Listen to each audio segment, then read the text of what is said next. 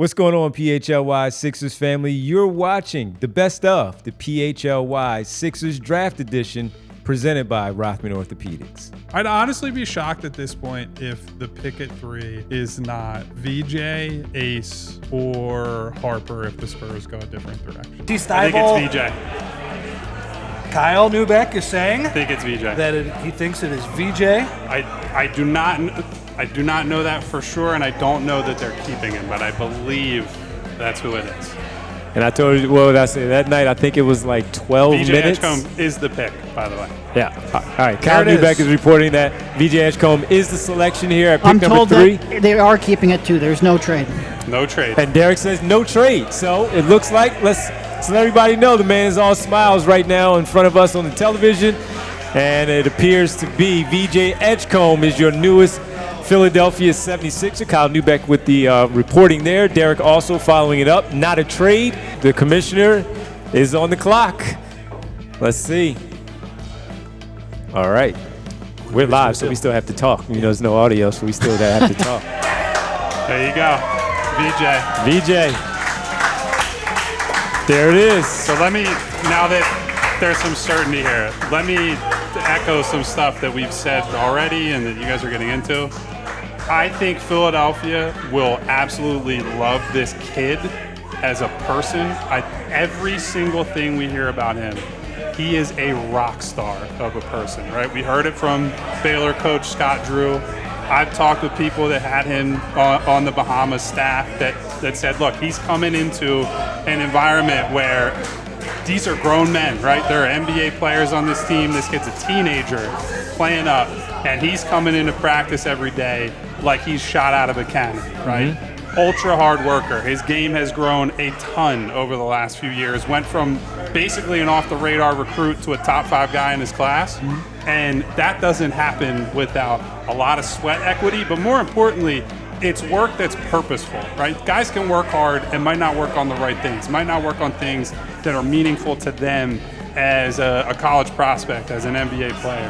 And so everything you hear about this kid is that he's willing to come in and challenge people. All right. What do you think, man? No, I mean, look, I think he's both a combination of a relatively safe bet, but also someone who I think has significant untapped potential. We have talked a lot about, what do you look like in a different context? And which one of these guys has the best chance of having outlier development? And I think there's a case to be made for VJ in both of those. I think when he gets to NBA spacing, I think he's going to be a more effective, shot creator off of the bounce. I think Rich has been talking a lot about this, and he's 100% true, that being able to get up and down the floor, and not only that, but being able to help and recover on defense is such a huge part in today's game. And also, he's just an absolute maniac off the court who works constantly. The progress he has made over the last couple of years, combined with his incredible athletic tools and his work ethic, I think should give Sixers fans a lot of hope. Yeah, great question. I think a lot of times when you think of a top pick, you're thinking of a guy that scores 30 each and every night. And I think VJ's capable of that, but I think he's a lot more similar to like a Dwayne Wade, Russell Westbrook when they were younger. And really because of his athleticism and his willingness to affect the game in multiple areas, I think he's more like a triple-double guy, a double-double guy, a stat sheet stuffer guy than somebody that's going to come out and get 30 each and every night and not really help the team in other areas. The best compliment you can give VJ is he's a winner, and he cares about winning first and foremost. He can affect the game in a lot of different areas to help you win, and that's rare because a lot of guys nowadays it's they're happy when they score 30 and not happy when the team wins or whatnot. And he can score 4, and if the team wins and he plays hard, he feels great about it. Sixers take VJ Edgecombe at pick number 3. And how exciting was it as you spent time on the staff with head coach Scott Drew as the assistant? First of all, just tell us what the Philadelphia 76ers are getting in the player in VJ Edgecombe. ultimate competitor, one of the best athletes in the world, and he's going to compete every second that he's on the floor. An unbelievable teammate. He's all about winning. If he needs to score 30, he'll score 30. If he needs to dish out 10 assists or get 10 rebounds or whatever the case may be, VJ's about winning. He's going to do everything he can for his team to help win. Because of the athleticism, because of the fearlessness that he attacks the basket with, and he just seems like whatever's in front of him, it doesn't matter. He's not afraid of it. That's 100% the truth. I think that Dwayne Wade is a great comp for him because he can play both on and off the ball, and his competitive, fearless nature, as you said, is very similar. And he's a winner like that, man. He's always won, and I think he's going to come to a franchise that is set up to win, and I think he'll be able to help you guys win a lot of games next year. Without knowing anything, who's your guess? I think it's Broom. Don't you lie to me like that. I think it's Broom. Wow.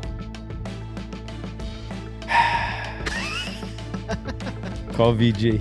Get him on the show. Yeah, VG will be happy about that one. I knew this would happen. I knew it. Broom. Kyle. All right. Kyle. All right. That's an interesting one. With Reyno sitting there, different type of Reyno big, sitting there. different big. Yeah. I'm just talking bigs. Duro was sitting there. So the thing that I think is tough to wrap your brain around with this one, other than he's super old, is that it doesn't really fit with what they've been selling for. Here's what this summer looks like, right? We're getting younger. We're getting more athletic. We're doing this, and we're not so much focused on the right now. Really, the justification for taking Broom is more of you're hoping that he comes in right away and can translate the rebounding, translate some of the stuff in the front court. Maybe you say you buy the shot. Maybe. I don't. Janai Broom is the pick for the people who may just be checking in. Your thoughts again on the selection. How surprised were you that he was the choice? What's the fit look like? A little surprised. I think with the way Daryl values analytics, like Kyle mentioned earlier, he's a guy who grades out well analytically. Certainly, I think they could use depth at that center spot, which is why we talked about Maxine, which is why we've talked about Kalkbrenner before he was taken off the board. He's a guy that's going to work hard. It's going to rebound the ball, make pretty good decisions with the ball, pretty good passer. Certainly, he was a productive college player. I think there's some concern expressed by a lot of people up here. How much of that offense is going to translate? Doesn't move all that greatly in space. Pretty fluid athlete, but certainly not a quick athlete. Doesn't get off the ground all that well, so you don't know how well he's going to protect the rim like he did in college. But certainly a guy that's going to give you everything he has. Certainly a guy who is going to be pretty good positionally. You just wonder how much of it's going to translate. How do you, when you look at Janai Broom, VJ Edgecombe, how do you feel they made out between the 2 days? I certainly think they got stuff that they need in the athleticism, especially with VJ, obviously. Just the rebounding. I do still think, this is where Brian Pumper, they need some wings. Philadelphia desperately needs some wings. So I don't necessarily... We have some out there if you want to eat some. And I will be getting some wings. Contrary to Brian Pumper's belief, I do like wings. But I think there's still pretty gaping holes on the wing as a power forward. There's some serious holes. I like VJ. I like VJ a lot. That's going to drive the success of this draft class. Whatever they do with the 35th pick, it's not going to be what we remember. Most likely. I don't want to say always. Every now and then a Jokic drops. Don't think Broom's going to be a Jokic, but we'll see. VJ is going to drive this. And we were all pretty high. We all had him in our top 4. So it's hard for us to be upset. I think VJ is going to be a guy that you're going to enjoy. I think people are going to really like Summer League. I think both of these guys are going to be fan favorites at Summer League. We'll see where they go from here. Yeah, the main thing they told me I have to work for it. Just and then just fit into what Coach Nurse has going on.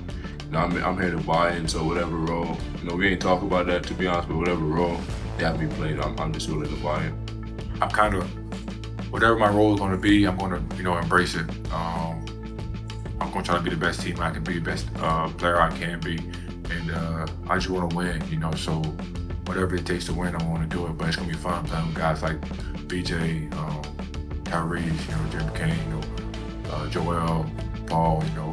It's gonna be very fun. Just kind of learning from those guys and kind of just being a student. But I'm just looking forward to playing alongside my teammates. I'm not worried about the opponents or whoever's on the next team. I'm just happy to meet new teammates, get to know everybody, and continue building relationships, and hopefully win the summer league.